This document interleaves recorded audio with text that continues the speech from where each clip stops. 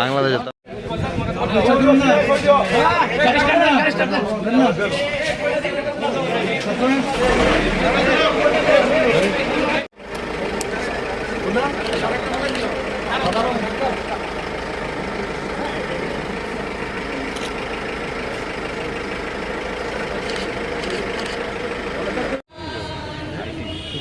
সামনে করাই দিই বাইক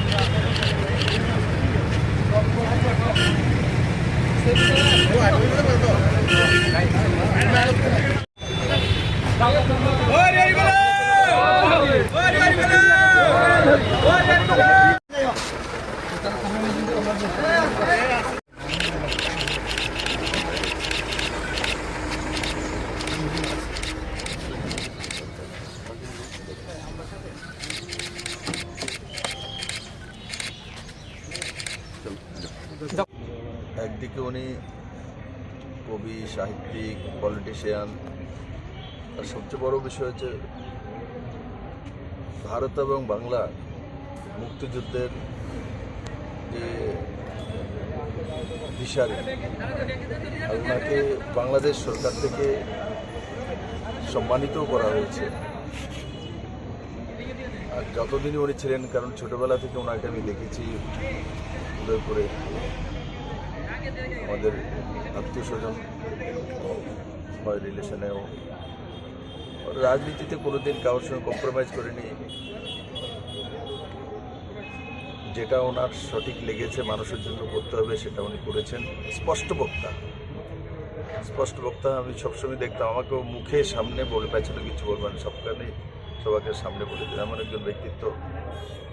আর ওনার সুপুত্র সুশান্ত চৌধুরী, এখন আমাদের দায়িত্ব, উনি নেই, আমাদের দায়িত্ব যে ওই জায়গাটা যাতে সুশান্তবাবু অনুভব না করতে পারে। আমরা যারা আছি ওর গার্জিয়ান, তো বাবাকে তো দিতে পারবো না, কিন্তু ওনার ছায়াটা আর ওনার স্নেহটা যাতে আমরা দিতে পারি, আমি ঈশ্বরের কাছে এটাই প্রার্থনা করব আর ওনার আত্মার সদ্গতি কামনা করি। আশা নেই কি বলবো, দীর্ঘদিন ধরে উনি ভুগছিলেন। প্রথম যখন অসুস্থ হয়ে পড়েছিলাম, আমার গাড়ি করে নিয়ে আমি আইএলএসে ভর্তি করেছিলাম, আমার এখন মনে আছে, আজ থেকে প্রায় 6-7 বছর আগে।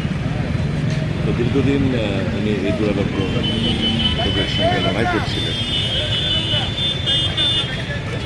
নক্ষত্র সাহিত্যিক জগতে একটা নক্ষত্র বসে পড়ে গেছে, একজন সজ্জন ব্যক্তি, ভালো মানুষ চলে গেলেন আমাদের হোটেলে। আমার আমাকে কাকু বলে আমি সম্বোধন করতাম। পারিবারিক একটা সম্পর্ক ছিল, অভিভাবক ছিলেন। স্বাভাবিকভাবেই উনি চলে যাওয়াতে আমরা সকলেই মর্মাহত। ঈশ্বরের কাছে ওনার আত্মার সদ্গতি কামনা করছি।